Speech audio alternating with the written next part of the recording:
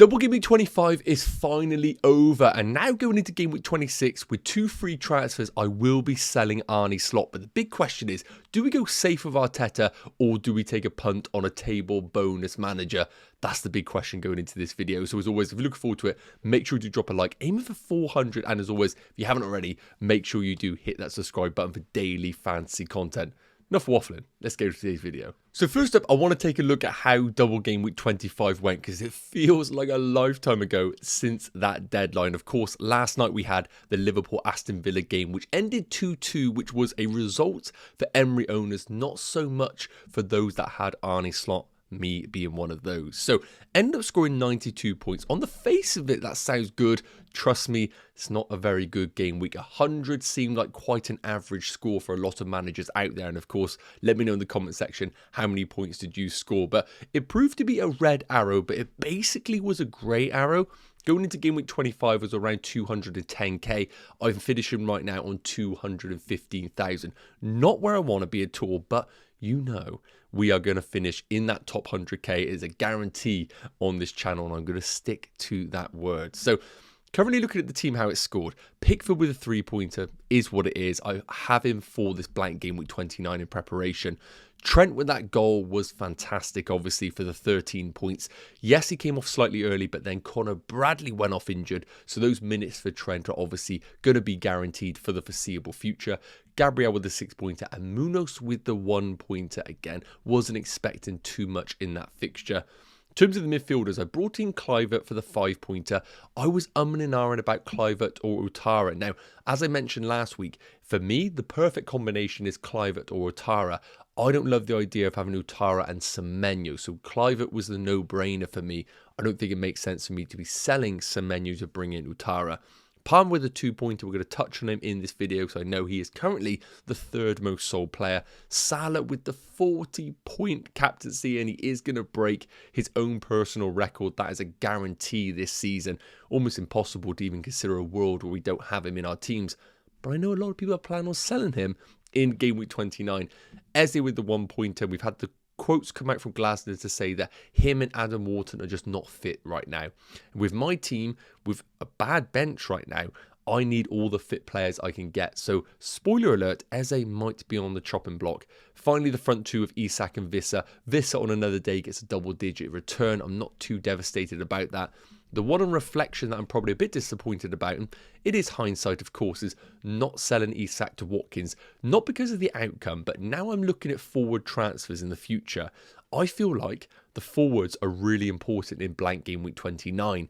And I think I'm going to part ways with Alexander Isak regardless. So Isak to Watkins should have been more on my mind in Game Week 25, but we cannot dwell on the past. The other one, of course, is Arne Slot. Now, the assistant manager chip, I'm not stressing about it at all. Nobody knew how to play this chip. If you said to me, double game week for Liverpool, I'm taking it. Absolutely. Now going into Game Week 26, I feel like the time has kind of finished with Arne Slot, so I will be looking to sell him on. We'll talk about the best replacements in this video, but 92 points, red arrow. Let's call it a grey arrow just to make it sound better. Let me know in the comments how many points did you score. Let's take a look at some hot topics and, of course, who to replace Slot with. So when the assistant manager chip got activated a few weeks ago, we all looked at Game Week 26 and thought to ourselves, this is going to be a tricky game week. And it's proven so with what has happened with the previous fixtures. So what I've put up here are the fixtures for Game Week 26, and I've highlighted those that have the table bonus opportunity. So we got Leicester at home against Brentford, we got away games for West Ham, Wolves and Crystal Palace, and then we got the promoted sides in Ipswich and Southampton at home. So we need to discuss right now, what do you do with your current manager? Who are the options that we can consider and the ones that we can just completely forget about? So first and foremost, the games that are table bonus opportunities. Van Nistelrooy at home against Brentford, I do not love it at all. However, I do understand why managers are tempted by it. It's a home game on a Friday night against a Brentford team who can be unpredictable, but I just think there's too much firepower in that Brentford team. So while I think Van Nistelrooy at 0.5 million is decent, one to consider if you own someone like a Moyes and you have no money in the bank, then I think it is absolutely on the cards for you because you chase that table bonus upside. For me, I just don't love it. I really don't love it. West Ham away against Arsenal, we're just not doing that. Similar to that of Wolves. Would I actually be surprised if Wolves nicked a draw against Bournemouth? I wouldn't. But equally, do I rate Bournemouth? I do. So it just makes no sense to go for that as your assistant manager. Palace away against Fulham, absolutely one to consider. We're going to talk about that in a bit more detail because I think that is going to be quite a common manager for managers out there. Then we've got Ipswich at home against Spurs. Now, people like McKenna. I get it. But for me, I just think Spurs once again have too much firepower and I just can't bring myself to put it on Ipswich. I'm going to be honest with you. And finally, Southampton. Now, I just can't go Southampton. I think Brighton are really bad against bad teams. So would I be surprised if Southampton were to nick a draw in this game? I actually wouldn't at all. But can I put the assistant manager on a Southampton manager? For me, no. So the three I think are in consideration are going to be Van Nistelrooy. And I only think the way I'll consider Van Nistelrooy is if I had David Moyes and I had no money in the bank and he wanted a table bonus manager. Then I would go there.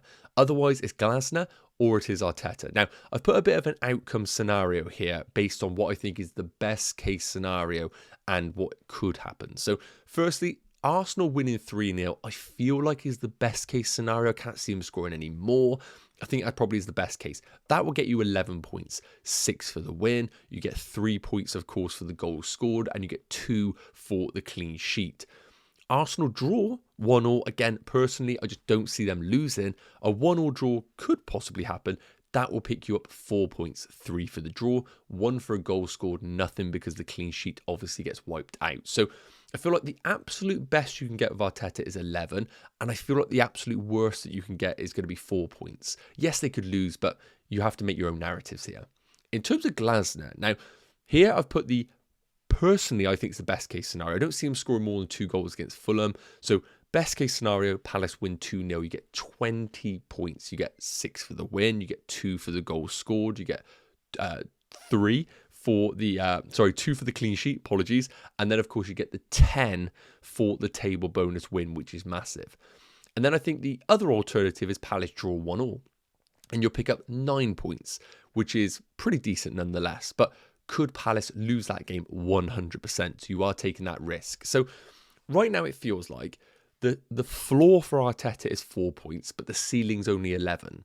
Whereas I think Glasner's floor is literally 0 points. Like they could lose that game 2-0, but his ceiling is 20. And I understand why managers are trying to chase that. Now, if we play out a likely scenario, I think Arsenal do win to 0, and I think Palace probably do draw. And in that scenario, Arteta owners come out on top or pretty much identical to that of Glasner. So the way I'm concluded it is this. I think if you own slots right now and you've got the 1.5 million tied up, I think you just go Arteta. I just don't think you lose sleep over it. I think you go Arteta and you just be comfortable with what is the likely win in that scenario. I think if you own Emery, I think the only route I would go for is either buying Glasner or keep, because I personally think Aston Villa beat Chelsea. I think Chelsea are all over the place right now. So it makes no sense going from Emery to Arteta, who both don't have table bonus opportunities. So it's either Glasner to chase the upside or you just keep. And finally, Moyes owners. If you're in a position right now where you own him, similar to that of Emery, I think you either chase the upside in Glasner or Van Nistelrooy or you keep. Don't be trying to get all the way up to someone like an Arteta because, again, I think Moyes beats Man United in that lunchtime kickoff. So I would only sell him for a table bonus manager. And again, if you can stretch to Glasner, then that would be my preference over a Van Nistelrooy. I'm just really not bullish on him. For me, as I mentioned, because I got the money tied up in Arnie's slot, I just feel like going Arteta is just the way to go because I just cannot predict this Crystal Palace outcome against Fulham. Now, even though we're in game week 26, I think it's really important that the transfers that we're making are going to have a slight thought about game week 29 because, of course, it is a blank. So if you're sat there right now with Liverpool, Villa, Newcastle, Palace assets and they are stacked in your team, then I think a free hit in game week 29 just makes a lot of sense because those teams blank and you're going to have to use so many transfers and points just to get to a team that you can field in game week 29. It's going to hurt you in game weeks beforehand. However, if you're in a position like myself where you can get to a team in blank game week 29 without a free hit, then I think it's really important to have that in the back of your mind and understand what is a team going to look like in game week 29 and who are the players that I need to bring in, because that is now going to be the priority picks. And I think you shouldn't start to buy players outside of that crop of players. Now, Here I've put an example of a free hit game week 29 draft. Again, players can change or have your own opinion on who you deem as essential. But what I've highlighted here are the players that I currently own. So I have Pickford, I have Gabriel, I have Kluivert, and I have Mykolenko. And Mykolenko could start in my own personal team, of course. But now I need to take a look at the players in this free hit and understand who do I not own and who is a priority for me to bring in for game week 26. Because the way that we can roll transfers this season, if you wanted to, you could just land in game week 29 with 4 free transfers and then buy the players that you want for that game week in isolation. If we take Chris Wood as an example, I know I want him for game week 29, but the fixtures between now and then aren't amazing, so I don't deem him a priority transfer. We need to understand who are the players that have great fixtures between now and game week 29 that we can bring in.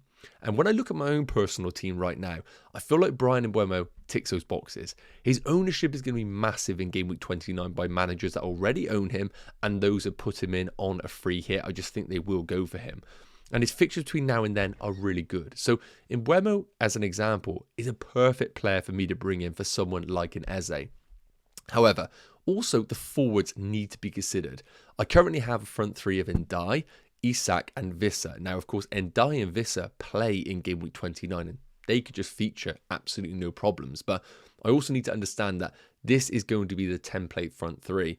And can I actually navigate my team to own 2 of those front 3? And we've covered this off in previous videos, but that's why I think really trying to hold back some transfers between now and then is also going to be really important for me to restructure my side. Players like Foden, Bruno Fernandes, Vardy, I'm perfectly fine not owning. If I can get them, happy days. But I'm more than content to play people like Mykolenko at home against West Ham. I don't need to sweat over those little things. So for me right now, of all the players that you can see on your screen, and the one that makes a lot of sense is bringing in Bryan Mbeumo in preparation for game week 29 and to capitalise on those fixtures coming up. And if you're in a similar strategy right now where you're looking to not free hit in 29, I think you should have the same mindset. Who do you absolutely think you need to own in 29 that also offers opportunities in the next few weeks? And people like Mbeumo and Cunha definitely tick those boxes. Finally, before getting into my game week 26 team selection, because I will be making 2 transfers. Firstly, if you're not already, make sure you are subscribed to the channel. I think we're like 50 off 20k. It'd be awesome if we could hit that in today's video. I want to cover off some of the hot topics because I've covered off a lot of them. I probably have missed a few. And if I missed any after this point, please do put them in the comment section. I'll be sure to get to them between now and that Friday deadline. So first up, is it time to sell Cole Palmer? Because he is the 3rd most sold player going into game week 26. For me, it's a no-brainer. I think you keep.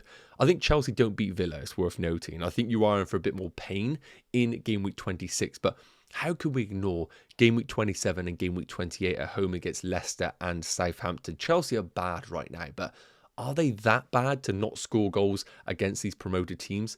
I think the answer is going to be no. So I really like Cole Palmer for those weeks. And for that alone, I think you can keep him.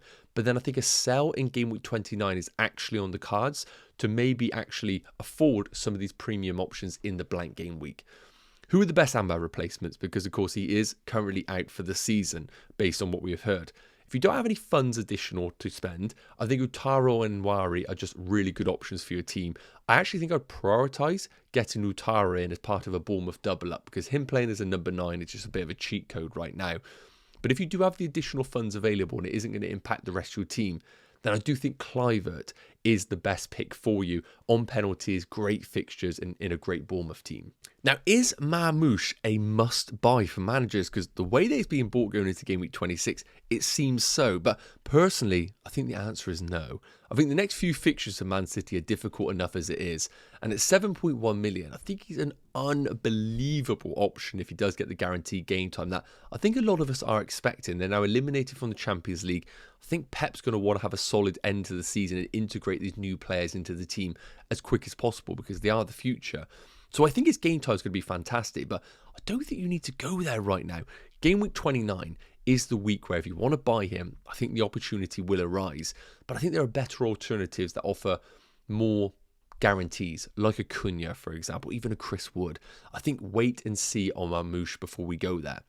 When is the game week 26 deadline? And I had to put this here because it would just be criminal of me not to remind you guys that the deadline is this Friday, 6:30 p.m. UK time. Do not miss it, because we've had Friday deadlines recently, and I know some people have been saying that they missed it. This is your opportunity to put it in your diary. And finally, we kind of spoke about this, but how best to navigate blank game week 29. I just kind of want to wrap it up here. So if you have heavy investment in the players that I've mentioned, teams that I've mentioned, Liverpool, Villa, Palace, Newcastle, like real investment in 2 from each at least, then I think you have to consider the free hit 29, and more than consider, actually use the free hit. You can get some great players for that week, and then your team will look fine for game week 30 onwards. But if you're in a position where you've got some free transfers available, I think actually going through game week 29 and fielding a solid team and then keeping the free hit for later on the season would be my preference. Just having that flexibility for whatever happens with these future blank and double game weeks. If I've missed any hot topics, let me know in the comment section. I'm sure I have. I will get to them. So here's my game week 26 team selection. A quick reminder, I've got 2 free transfers, 1.5 million in the bank, and my assistant manager active for the final week. So of course, we've got a lot of things to talk about here. And firstly, my goalkeeper is something that we don't need to talk about. Pickford at home against Man United. I'm predicting an Everton win here. And with my strategy to not free hit in game week 29, Pickford is the perfect goalkeeper between now and then. And I really fancy Everton right now. One of the few teams that you're kind of confident if you're as a feel-good factor at the club. So Pickford perfectly fine for that game. In terms of the back 3, now Gabriel at home against West Ham, perfectly fine. I'm more than happy with that. Arsenal defence look even better with their attacking problems. I feel like they are just going to really double down on their defence. Trent away against Man City, not ideal. Now, of course, Man City scoring 4 goals against Newcastle, but then getting pumped by Real Madrid. Very difficult to understand what kind of Man City team is going to arrive, but do I need to force Trent out this game week? I think the answer is going to be no. I do think he is an eventual cash cow in order to enable other moves, but is it necessary this week? I just don't think so. So I'm happy to keep Trent. And finally, the final decision I need to make in the defence is, do I start Munoz or do I start Mikalenko and really double down on that Everton defence? I've got that feeling of being at Goodison Park, lunchtime kickoff on a Saturday. I just feel like Everton are going to win that game like 2-0. I've got that in my gut. Moyes up against his old club. I might be tempted to change this, but as of right now, I've got Munoz away against Fulham. But the more I think about it, do I think Fulham score? Yes. Do I think Munoz gets an attacker return? Possibly, but he's going to need that attacker return to even get any points. So that one's up for debate right now, but currently I've got Munoz starting and no transfers in the goalkeeper or defence. So moving into my midfielders, and as you can see, there should be no surprises here that I have got a penciled in transfer of selling Eze to bring in Bryan Mbeumo. Now, of course, I think the fixtures for Crystal Palace are actually okay coming up. I don't like Fulham away, but they have got Ipswich at home in a couple of weeks' time, and I fancy Palace to do okay between now and then, but again, I need to reiterate, I'm not planning on free hitting in game week 29, so Eze adds no value. And also we've seen the quotes from Glasner talking about how Eze and Adam Wharton are just not fully up to speed right now. So I could easily go into game week 26 once again, keeping Eze and him being on the bench, and it just isn't worth the stress. So I'm using the money in the bank available for me to upgrade Eze to Bryan Mbeumo with that away fixture against Leicester. Now, I fancy the game. I think it's a really good fixture, and 2 home games after that for Brentford, followed by a game in game week 29. More than content with Mbeumo. I know a few Mbeumo owners actually get a bit frustrated with him, but again, I just think this is a player that offers so much value, penalty taker, guaranteed minutes in a good Brentford team. I'm happy to bring him in this week. I don't think there are many alternatives out there that I have been considering. If there's any I've missed, let me know. In terms of the other 4, Salah away against Man City, of course, the double Bournemouth at home against Wolves. I think that'll be a tricky game for Bournemouth, but more than happy to have those 2 in the team. And then Palmer away against Aston Villa. Again, I'm putting it out there. Chelsea lose this game 100%. But could Palmer maybe get a goal? Possibly. But I'm basically keeping Palmer for game week 27 and game week 28. And I'm keeping that in the back of my mind once Palmer inevitably blanks once again. I know the comment section will probably be full of people saying, Nacho, get in Enquiries and save loads of money. And I do think that is a viable pick. But when you have the opportunity to bring in Bryan Mbeumo, I just think it is a no-brainer this week. So that's going to be the planned transfer. One more transfer left to make, and I definitely am going to use it. So take a look at my game week 26 forwards, and I got to put it out there. I think the reason for my rank drop recently has been poor investment in forwards. Now, Vissa has been a player of frustration. I know a lot of people out there are looking at Vissa being like, oh, Nacho, I'm so jealous you got Vissa. I love Vissa. He's been my MVP this season, but he's also incredibly frustrating as a player. So we're going to keep him in, of course, away against Leicester, and hopefully he can make up for those 2 offside goals that he didn't score in game week 25. But I feel like the reason why the last few weeks have been so difficult is because I haven't had that key forward alongside Isak that is delivered. Like a Chris Wood, for example, like an Ollie Watkins in game week 25. And the sooner that I can bring back a talismanic forward in this team, the better. But is the time to do so in game week 26? I think the answer is going to be no. I'm passing up on the opportunity of someone like Acuna this week, but I think there are priorities elsewhere. And Isak at home against Forest, who have conceded 2 goals against Fulham, and Vissa away against Leicester, I think is good enough for this game week and not necessary of a transfer. So we're going to lock in these boys and hopefully Brentford get that Friday night win. Now the big one with the assistant manager chip. Now, I haven't made the assistant manager chip move yet. Of course, I will be doing that before Friday. But as of right now, as an Arne Slot owner, I think I'm just going to go for Arteta. I spoke about previously how Arne Slot felt like a very safe move in the opening 2 weeks. And I kind of want to chase him upside after seeing some managers get some joy along the way. But I also just think I'm going to kick myself if I just don't go for Arteta in this game. I think Arsenal win, and I think Arsenal win quite comfortably. So we spoke about, obviously, the calculations with Arteta. If I can get a 10 or an 11 pointer from Arteta, I would take that every day of the week. Because if that scenario happens, the only way Glasner can outscore Arteta is if he gets the win. And if I think Crystal Palace beat Fulham, then I might as well keep Eze, for example, and go all in on Crystal Palace. And I just can't sit here right now and say to you, I fancy Palace to beat Fulham. And that's the reason why I think Arteta is going to be my transfer in. If I had, it's worth noting for those managers out there, not an additional transfer available and I still had Arne Slot, I think I'll keep him.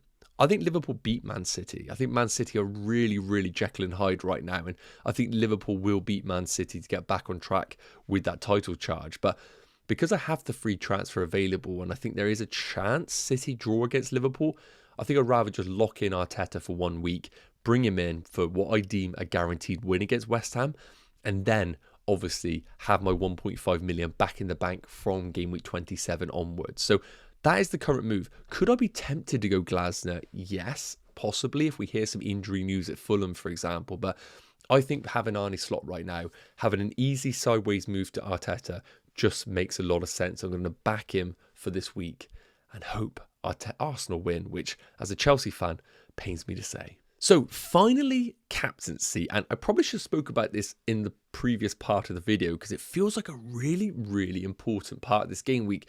In weeks gone by, because of the doubles, it's just been a no-brainer. You just put it on Mo Salah and hope he doesn't deliver, because if you triple captained him, great. If you didn't, those points actually negatively affected you. So we're actually coming into a normal week this week, thank God. But I think captaincy has been blown wide open. Of course, we have got Man City up against Liverpool. So on paper, that's a really tricky game, but we've seen Man City ship goals against Real Madrid. We know Liverpool score goals.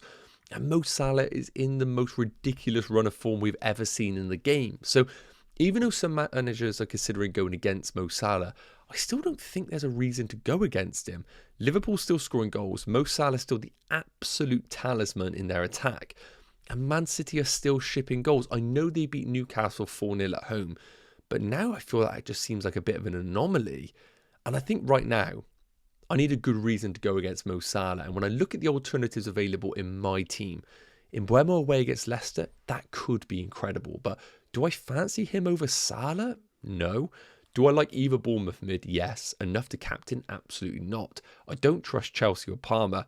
I don't know if Newcastle react after that battering against City, so I can't be trusting Isak.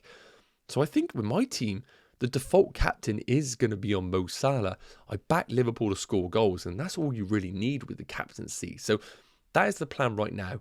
Captain on Mo Salah. With my rank, I feel like there is an opportunity to chase it. But also, what happens if MBEUMO blanks on that Friday night? Whew, that weekend is going to be painful waiting for that Liverpool game to arrive on Sunday night. So for me, Salah is going to be the captain. I'm pretty content on that. this is how the team's going to look. Let me know your thoughts on the comments, any changes that I should make that I haven't spoken about. Yes, guys, okay, that's going to wrap up today's Game Week 26 team selection video. I really hope it has provided some value, and if I've missed any questions, please do pop them in the comment section. I'll be sure to get to them between now and that Friday deadline. Do not be missing that. As always, if you enjoyed it, drop a like on the video, and of course hit that subscribe button. We're like 50 away from 20,000 subscribers. Can you be that legend to get us there? That would be awesome if you can. As always, have a fantastic day, and I'll see you in tomorrow's live stream. Take care. Cheers.